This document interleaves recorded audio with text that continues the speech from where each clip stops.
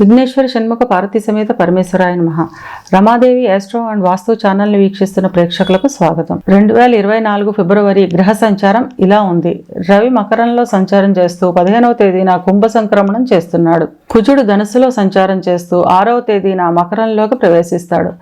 బుధుడు మకరంలో సంచారం చేస్తూ 19వ తేదీన కుంభంలో ప్రవేశిస్తాడు. గురువు తన మిత్రక్షేత్రమైన మేషంలో సంచారం చేస్తున్నాడు. శుక్రుడు ధనుస్సులో సంచారం చేస్తూ 12వ తేదీన మకరంలోకి ప్రవేశిస్తాడు. శని తన స్వక్షేత్రమైన కుంభంలో సంచరిస్తున్నాడు.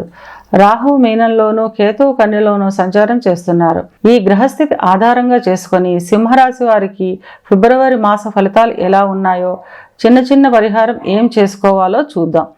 మఖ 1, 2, 3, 4 పాదాలు, పుబ్బ 1, 2, 3, 4 పాదాలు, ఉత్తర మొదటి పాదము కలిపి సింహరాశిలో ఉంటాయి. సింహరాశికి అధిపతి రవి. సింహరాశి వారికి ఈ మాసంలో మిశ్రమ ఫలితాలు ఉంటాయి. కొంతవరకు అనుకూలత తక్కువగానే ఉంటుంది. ఆరోగ్య సమస్యలు ఉంటాయి. స్థిరాస్తులు కొనుగోలు చేస్తారు. పితృవర్గం వారితోని కలహాలు ఏర్పడతాయి. తండ్రితోటి లేదా అన్నదమ్ములతోటి కలహాలు ఏర్పడే అవకాశం ఎక్కువ ఉన్నది. శత్రువులను సైతం మిత్రులుగా మార్చుకోగలుగుతారు. విద్యార్థుల విషయానికి వస్తే మంచి ప్రతిభ కనబరుస్తారు. పోటీ పరీక్షల్లో మంచి ర్యాంకులు సంపాదిస్తారు. విదేశాలకు వెళ్లే విద్యార్థులకు ఈ మాసం చాలా అనుకూలంగా ఉంటుంది.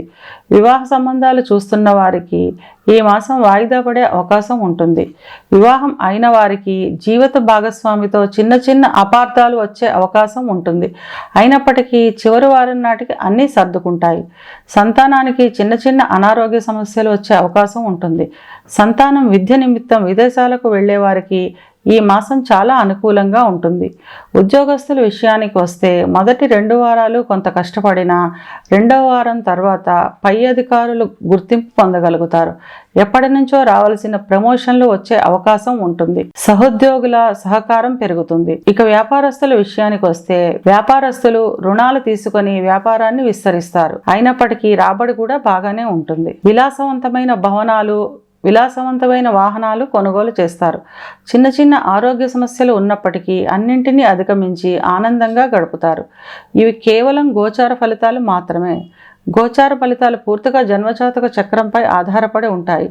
కనుక పూర్తి ఫలితాలు తెలుసుకోవాలనుకునే వాళ్ళు తమ జన్మజాతక చక్రాన్ని విశ్లేషణ చేయించుకోవడం ద్వారా పూర్తి ఫలితాలను తెలుసుకోగలుగుతారు. సింహరాశి వారు అనుకూలతను పెంచుకోవడానికి, ప్రతికూలతను తగ్గించుకోవడానికి పడమర వైపు తిరిగి హనుమాన్ చాలీస పఠించడం వలన అంతా మంచే జరుగుతుంది.